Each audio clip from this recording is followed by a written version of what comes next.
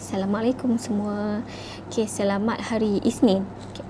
Hari ini kita sambung bab 3 dan habiskan bab 3 pada hari ini. Okey, hari ini kita masuk subtopik yang terakhir iaitu struktur sosial.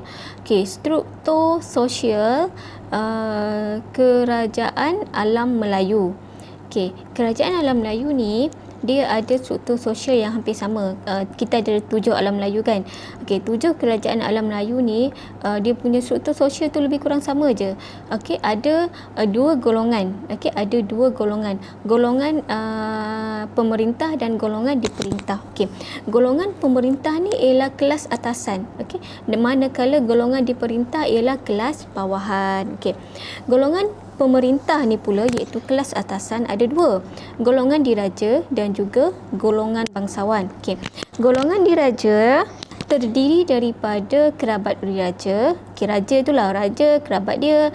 Kerabat tu pula termasuklah permaisuri, putera, puteri, adik-beradik, ibu bapa dan juga ahli keluarga raja tersebut. Okey, itu adalah golongan raja.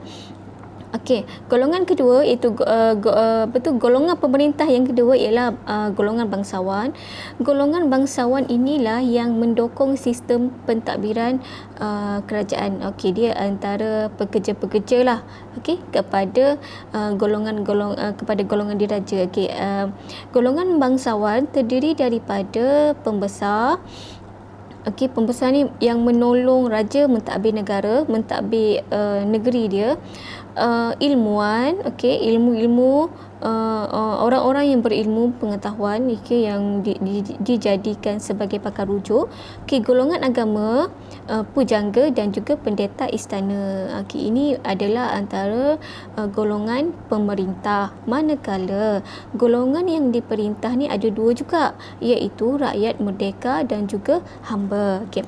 Rakyat merdeka ni terdiri daripada pekerja istana.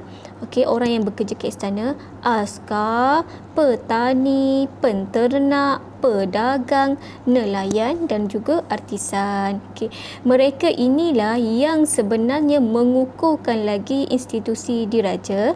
Okey, sebab melalui konsep taat setia mereka kepada golongan diraja, itulah yang menyebabkan ekonomi dapat dijana. Macam mana? Okey, bila rakyat dan raja bersatu, negara aman damai. Bila tak ada berlaku peperangan, rusuhan, ekonomi akan berjalan lancar. Siapa yang untung? Semua untung. Raja untung, rakyat pun untung. Okey. Golongan yang diperintah, golongan yang kedua ialah hamba. Hamba ini pula terbahagi kepada 3. Okey. Siapa hamba? Okey, hamba ialah orang yang berkhidmat dalam sektor sosioekonomi dan meningkatkan status pemiliknya. Hamba ni dia ada milik dia. Okey, dia ada tuan dia. Okey. Hamba ni terdiri daripada yang pertama iaitu tawanan perang. Okey. Berperang kalah. Okey. Negeri yang kalah tu rakyat dia akan dijadikan hamba kepada kawasan ataupun negeri yang menang ni. Okey. Hamba juga daripada hamba berhutang. Maknanya hamba yang tak mampu nak bayar hutang dan dia kena jadi hamba lah kepada orang yang dia berhutang tu. Okey.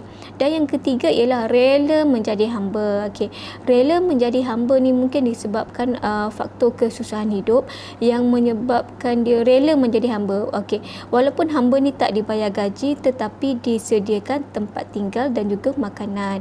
Jadi dia lebih rela menjadi hamba daripada hidup merempat susah payah nak mencari makan sendiri. Okey. So kita tengok struktur sosial masyarakat alam Melayu yang tersusun ini telah memperkukuhkan sistem politik dan kedudukan pemerintah. Okey. Kelas atasan tugas dia adalah untuk menjaga dan melindungi rakyat bawahan dia. Okey.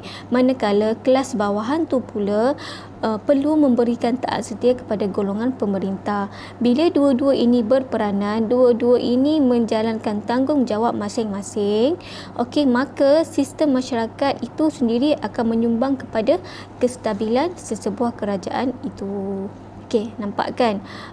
Penyatuan antara golongan pemerintah, golongan diperintah, penyatuan antara pembesar, diraja dan juga rakyat itulah yang menyumbang kepada kestabilan keamanan sesebuah negeri. Okey, untuk bab 3 kita sampai di sini sahaja, pendek je kan. Okey, lepas ni saya akan bagi tugasan yang sepatutnya awak buat, dan pada minggu hadapan kita akan masuk bab 4. Okey, laju sikit kan. Okey, so jaga diri, jaga kesihatan. Jumpa lagi. Assalamualaikum. Salam sejahtera.